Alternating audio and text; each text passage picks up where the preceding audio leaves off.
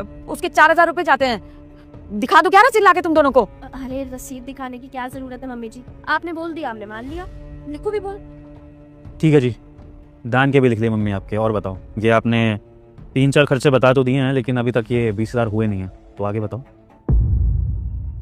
Mummy जाओ, एक काम करो, जो आपने पैसे बचा रखे हैं ना हमसे झूठ बोल के, वो सारे पैसे लेके आओ। जाओ जाओ जल्दी जाओ, जाओ जल्दी जाओ। हाँ ठीक है।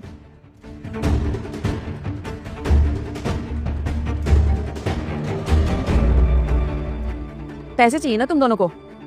ये लो पैसे, गिन लो। अरे वाह मम्मी जी, थोड़े बहुत करके आपने तो बहुत पैसे बचा लिए। मम्मी आपने ये झूठ के बोला कि आपको पैसे बचते नहीं हैं। देखना ज़रा कितने सारे पैसे बचाए आपने।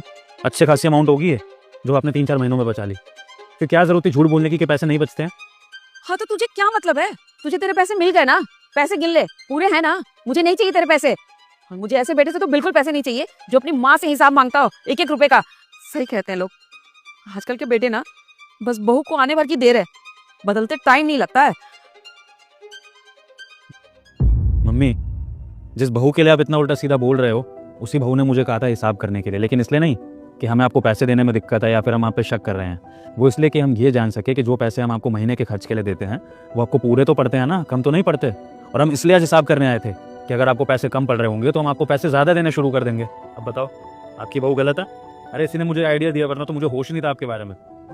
चलो अब नाराज़गी दूर करो और ये पैसे रखो, ये आप ही के पैसे हैं, हमें नहीं चाहिए आपके पैसे, ठीक है? और हाँ, अगले महीने से ना मैं आपके 5,000 बढ़ा भी दूंगा, ठीक है?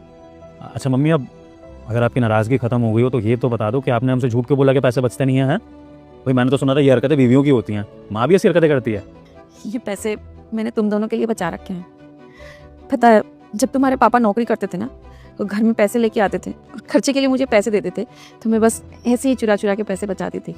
उन्हीं पैसों की वजह से आज मैंने इतना अच्छा मकान खरीद लिया। लेकिन तुम लोगों की जनरेशन ये समझती ही नहीं है कि सेविंग भी करनी बहुत ज़रूरी होती है। और तुम दोनों मियाँ बीवी को देखती हूँ, खुले हाथों से पैसे बस खर्च किए जा रहे हो।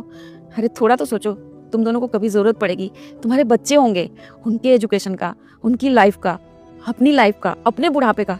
तुम कुछ नहीं सोचते, बस खर्च किए जा रहे हो। तो मुझे तो सोचना पड़ेगा ना अपने बेटे बहू के लिए, तो बस तुम दोनों के लिए कर रही थी मैं। रुक जा बेटा, मैं संकट मोचन हनुमान हूँ, मैं तेरे सभी संकट दूर कर दूंगा। तू इस वीडियो को लाइक करके चैनल को सब्सक्राइब कर ले और कमेंट में जय श्री राम लिख दे।